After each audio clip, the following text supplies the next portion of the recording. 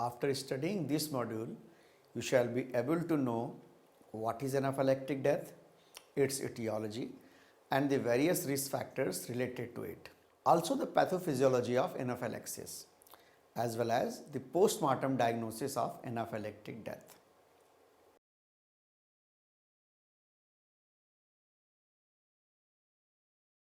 Now let's understand what is anaphylaxis. Anaphylaxis is a rapid onset, potentially life-threatening systemic allergic reaction that can affect people of any age or sex. Anaphylaxis requires an immediate trip to the emergency department and invariably an injection of adrenaline or epinephrine. If anaphylaxis is not treated right away, it can lead to unconsciousness and eventually death. Acute allergic reaction is an uncommon but well recognized cause of sudden death. The incidence of fatal outcome is not known precisely, but it has been estimated in the range of 1% of the total incidences of anaphylaxis per year. The reasons for the possible underdiagnosis is that in the humans, fatal anaphylaxis is difficult to study because it's rare, unpredictable, and often unwitnessed. Fatal anaphylaxis may be underdiagnosed because of the absence of specific findings at autopsy and lack of definitive diagnostic laboratory tests. Now, let's understand the etiology of anaphylaxis. The fatal anaphylaxis can occur following a variety of triggers, although the most common culprits are medications, food, and insect stings or insect bites. Approximately one half of all anaphylactic fatalities each year in the UK register have been attributed to the medications or agents administered during medical procedures such as contrast media. Reactions to food and insect venom each accounted for nearly a quarter of the total cases, with other causes accounting for the remaining cases. Let's understand what are those common ones. Medications. The beta-lactam antibiotics, for example, penicillin and cephalosporins, these two are the most important, and they appear to cause more fatalities than any other drugs. Multiple other agents such as radiocontrast agents, neuromuscular blockers, anesthetic agents, allergen immunotherapy, and other antibiotics have been implicated in small number of cases. The second important category is the foods. The peanuts and tree nuts, they account for the majority of food-induced fatalities. The cow's milk and seafood are also leading causes of severe and fatal reactions. A variety of other foods have been implicated less commonly. Then the insect stings. The stings of Hymenoptera species, that is the yellow jacket bees, honeybees, wasps, hornets, and imported fire ants. All these, they are one of the three leading causes of fatal anaphylaxis. Men are more often stung by insects because of their involvement in the outdoor activities. The other less common causes of anaphylaxis, fatal anaphylaxis, they include latex, rupture of a hydrated cyst, infestation with the Taenia solium, and dental impression material sometimes that it has been found. And in some cases, when no cause can be identified, the etiology is designated as idiopathic. Then there are several risk factors which are there to induce the anaphylaxis. The concomitant asthma is a significant risk factor for fatal anaphylaxis, particularly for adolescents with food allergy. The older victims of anaphylaxis often have underlying cardiopulmonary conditions. Other possible risk factors include delayed or no administration of epinephrine and upright posture during the anaphylactic attack. So that's why we advise that the person should be immediately lying down. He should not be straight. He should not be keeping straight. The epidemiology of anaphylaxis. The adolescents and young adults are at highest risk for fatal anaphylaxis induced by food.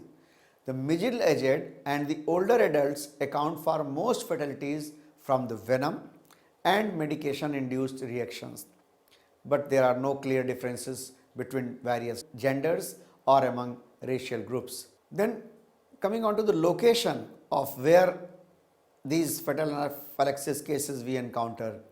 Usually we see that fatal food reactions occur in the home of the patient himself, patient, or we can say the victim, the home of their friends, the restaurants where invariably they used to go for having the lunch or dinner food, the work or office settings, and schools.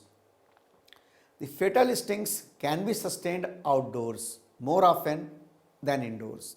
The medication-induced fatal anaphylaxis often occurs in a medically supervised setting.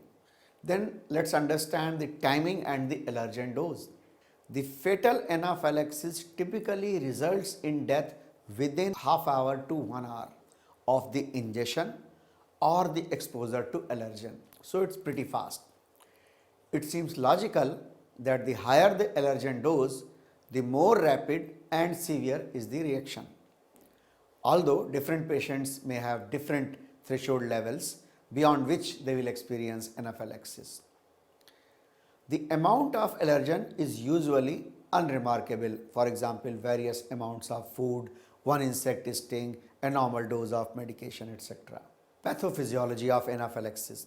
The phenomena of anaphylaxis was first described in the modern literature early 19th century in a study involving protocols for immunizing dogs with the jellyfish toxin.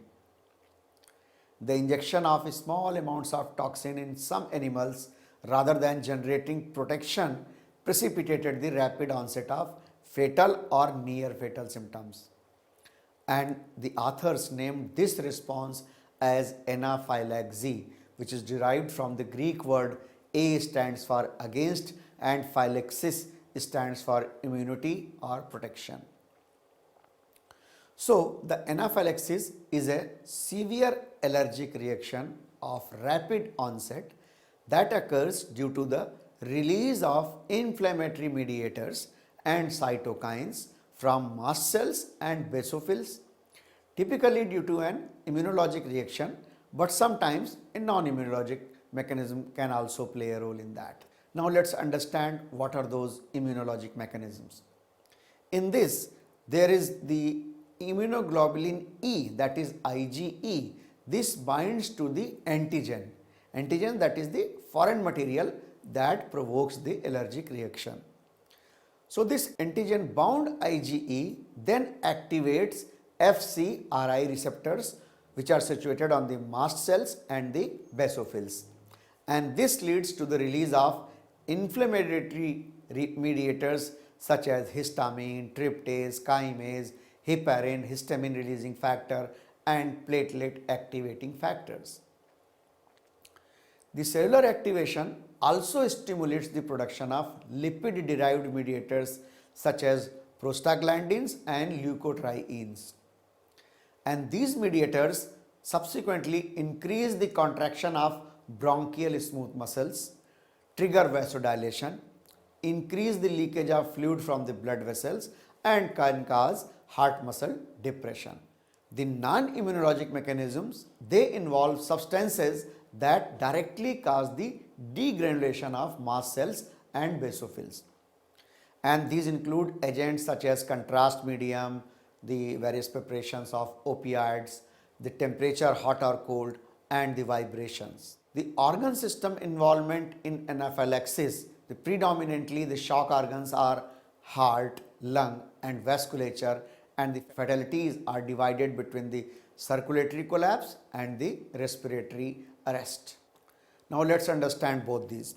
In the cardiovascular system involvement, anaphylaxis is invariably associated with the myocardial depression, the arrhythmias, and subsequently the myocardial ischemia. The contributing factors include direct mediator effects on the myocardium, exacerbation of pre-existing myocardial insufficiency by the hemodynamic stress of anaphylaxis, and exogenous or endogenous epinephrine or adrenaline. The respiratory system involvement. Anaphylaxis may affect any part of the respiratory tract, causing bronchospasm and mucus plugging in the smaller airways and leading to laryngeal edema and asphyxiation in the upper airway.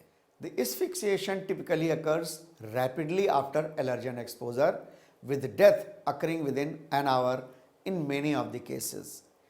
The severe bronchospasm during anaphylaxis characteristically develops in the individuals with pre-existing asthma.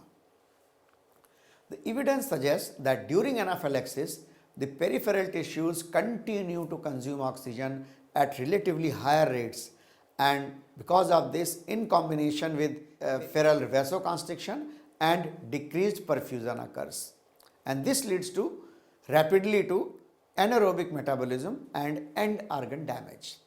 When we find this kind of situation, then there are several differential diagnoses which comes to our mind, because sometimes it is very difficult to distinguish between those, especially with the asthma, syncope and panic attacks. Asthma, however, typically does not entail itching or GI symptoms. Syncope presents with the pallor rather than a rash, and a panic attack may have flushing but does not have hives. The management in such situation, because the anaphylaxis is a medical emergency which requires resuscitative measures immediately, such as airway management, supplemental oxygen therapy, large volumes of intravenous fluids, and of course the close monitoring of the victim. The administration of epinephrine is the treatment of choice, with antihistamines and steroids often used as adjuncts. Cause of death. In a case of death, what is the cause? Basically, it's the respiratory arrest and or shock with cardiovascular collapse are responsible for most fatalities. So basically, it's a combination of both. The cause of death appears to be determined, at least in part, by the type of allergen. In a study by Pumphrey and Roberts, in which they had 56 cases of fatal anaphylaxis, which they studied, all food-induced reactions involved difficulty in breathing, and a respiratory arrest was the cause of death in 13 out of 16 cases. In contrast, shock with respiratory compromise was the presentation in most cases of venom or medication induced anaphylaxis. So it depends upon the type of allergen. This correlation between allergen type and mechanism of death has been noted in several other studies also. In a very small number of cases, massive epinephrine overdose or disseminated intravascular coagulation appeared to be the immediate cause of death. At the time of autopsy, how to make a postmortem diagnosis in such situations? As we understand, the sudden anaphylactic deaths that occur outside hospital, sometimes in the emergency room or during medical treatment, usually they are subject to forensic autopsies. And these cases are a source of frustration to the forensic pathologist, because the diagnosis of anaphylactic shock is one of the exclusion and has been based solely on the circumstantial evidence. For example, in deaths immediately after ingestion of certain foods or after giving certain medications which are known to cause allergy, or even after sting bites. For example, wasp or honeybee stings. The diagnosis of fatal anaphylaxis is determined by the clinical presentation and historical information. The autopsy findings and laboratory testing may support the clinical impression, although they are not necessary or sufficient in isolation to make the diagnosis. In cases of sudden death of uncertain cause, femoral venous blood can be collected and the serum can be separated and frozen for the later analysis. The typical autopsy findings, what will be those? Many victims have no distinguishing gross pathological features at autopsy, particularly if shock develops rapidly. When present, however, The findings include the upper airway edema, mucus plugging, and the hyperinflation of the lungs as well as the cerebral edema. Again, in a series of 56 cases reviewed by the same author, Pumphrey and Roberts, all individuals collapsed after allergen exposure and 23 had a documented asthmatic component, although the dermatologic signs and symptoms were uncommon. But then he reported following gross findings in his series. In 41% of the cases, he found laryngeal or pharyngeal edema. So that is one of the very important findings, but provided the autopsy is done reasonably early period, say within 6 hours of the death. The hyperinflation of the lungs and or mucus plugging, they found in 27% of the cases. Again, in 27% cases, they found cerebral edema, which suggests cerebral hypoxia. In 18% cases, they found petechial hemorrhages in the mucosa of the airway, which suggested the asphyxiation. And the urticaria or cutaneous erythema was found in 5% of the cases. In another series review of 92 deaths which were reported from Ontario, Canada, the autopsies were performed in 65 of the documented deaths, that is around 71% of the cases were subjected for the medico-legal autopsies. And the most common reported findings on autopsy were 60% of the cases the pulmonary congestion and edema was found. In 46% cases the upper airway edema was found. The mucus plugging of bronchi and hyperinflation was found in 17% of the cases. The cerebral edema was found in 15% of the cases, whereas the congestion of liver and spleen as well as petechial hemorrhages was found in 14% cases each. The vomiting was a presenting feature in 8% of the cases. Then in another study, 30 venom related deaths, there is evidence of insect sting was found in the 12% of the cases in the same study. Severe edema was found in 46% of those with upper airway edema and 11% with lower airway findings.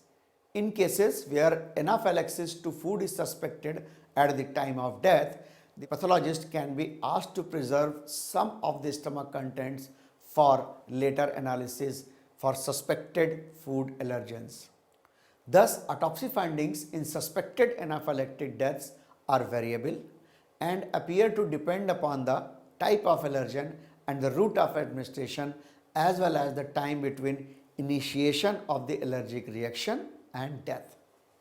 Then serum tests. Certain serum tests have been found useful.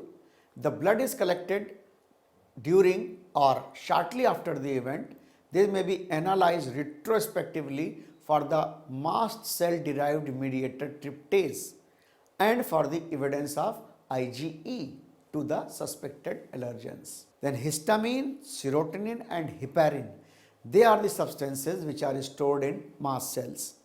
So their physiological and biochemical effects have been known for a long time, and in vivo, that is meaning in laboratory, histamine has been used to indicate mast cell activation. However, histamine is rapidly metabolized during postmortem period. So the more recently characterized neutral proteases are more stable and have been reported to be located exclusively in mast cells and basophils. One of the neutral protease, that is tryptase, is the most abundant protein which is produced by the human mast cells and principally derived from the two genes on chromosomes 16p13.3, alpha tryptase and beta tryptase. Mature beta tryptase is stored in secretory granules as an enzymatically active tetramer in a complex with heparin proteoglycan until the cells are activated to degranulate and release the proteoglycan complex. So this alpha tryptase is the predominant form of tryptase detected in normal serum and is markedly elevated in patients with systemic mastocytosis. The release of beta tryptase into the circulation serves as a clinical marker of mast cell activation. So the tryptase is a mediator released by mast cells upon activation and is relatively specific to this particular cell type, although basophils also make a small amount of tryptase. Any elevation is consistent with the anaphylaxis. Tryptase levels that are within normal limits do not exclude the diagnosis. Tryptase is seldom elevated in food-induced anaphylaxis. So, if the fetal anaphylaxis due to food, we will not find any elevation in the level of tryptase. We must understand it is only in the basically in the bee sting type and others.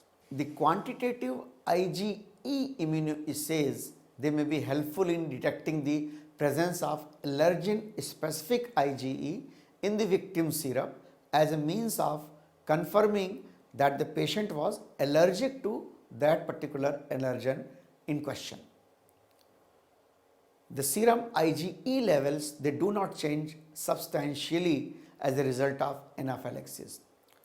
The positive test for allergen specific IgE suggests the presence of sensitization. However, the negative assays do not exclude sensitization. Again, in the same study by Pumphrey and Roberts, there were 50 cases in which this information was available. Of these, 21, 19 and 16 fatalities were respectively due to medication, insect venoms and food allergies. That means 21 were due to medications, 19 were due to insect venoms and 16 were due to food allergies. The laboratory test results were not available in most of the cases. However, in the 16 cases of fatal anaphylaxis due to a variety of agents in which tryptase level were measured, elevation were found in 14 cases. In a series of 25 selected cases of fatal anaphylaxis reviewed by Greenberger et al., they found the serum total tryptase concentrations were elevated in 4 of the 7 cases which were tested for that. Again, in a Canadian review of 92 deaths in 26 years from period 1986 to 2011 related to anaphylaxis, the causes of death in order of decreasing frequency include food, 40 cases. Interestingly, they found food is the maximum number of cases in contrast to the medications, followed by the insect venom, 30 cases, the iatrogenic, 16 cases and the idiopathic, 6 cases as they said. Overall, there appeared to be a decline in the frequency of food-related deaths, but an increase in iatrogenic causes of fatalities. They found factors associated with anaphylaxis as delayed epinephrine administration, asthma, allergy to the peanuts, the food ingestion outside the home, and teenagers with food allergies. In many cases of fatal anaphylaxis, no specific findings are present at autopsy. This is particularly likely after reactions that caused rapid onset of shock. In the presence of a typical history, the absence of specific findings at autopsy does not exclude the diagnosis of anaphylaxis. The tests for specific IgE and mast cell tryptase might help to determine whether anaphylaxis is the cause of death, but are not often used. These tests should be performed in all cases with a suggestive clinical history and no specific findings at autopsy. Further, the possibility of anaphylaxis should also be considered in all cases of sudden unexpected death with absent postmortem findings. And all such cases, the femoral vein blood should be sampled and then separated, serum frozen, and then so that afterwards the specific testing of IgE antibodies and mast cell tryptase can be done. The result of these assays should be interpreted in the context of the clinical history and the postmortem findings. Postmortem diagnosis of anaphylactic death is very difficult, and it is only possible after excluding every other cause of death. The diagnosis of fatal anaphylaxis is based upon clinical course and proper history supported by the laboratory as well as the autopsy findings. The femoral venous blood can be collected and the serum is separated and frozen for the analysis or assays of tryptase and allergen specific IgE. The victims of fatal anaphylaxis may show no distinguishing gross pathology features at autopsy, possibly because death can ensue so rapidly. And in the presence of a typical clinical history, absence of postmortem finding does not exclude the diagnosis of anaphylaxis. To summarize, anaphylaxis is a rapid onset, potentially life-threatening, systemic allergic reaction that can affect people of any age or sex. Fatal anaphylaxis can occur following a variety of triggers, although the most common culprits are medication, food, and insect stings. Adolescent and young adults are at high risk for fatal anaphylaxis induced by the food. The postmortem diagnosis of anaphylaxis is very difficult and only possible after excluding other causes and obtaining the clear-cut history. Histamine, serotonin and tryptase estimations are very much helpful in confirmation of anaphylactic death. The quantitative IgE immunoassays may be helpful in detecting the presence of allergen-specific IgE in the victim serum as a means of confirming that the patient was to the allergen in question.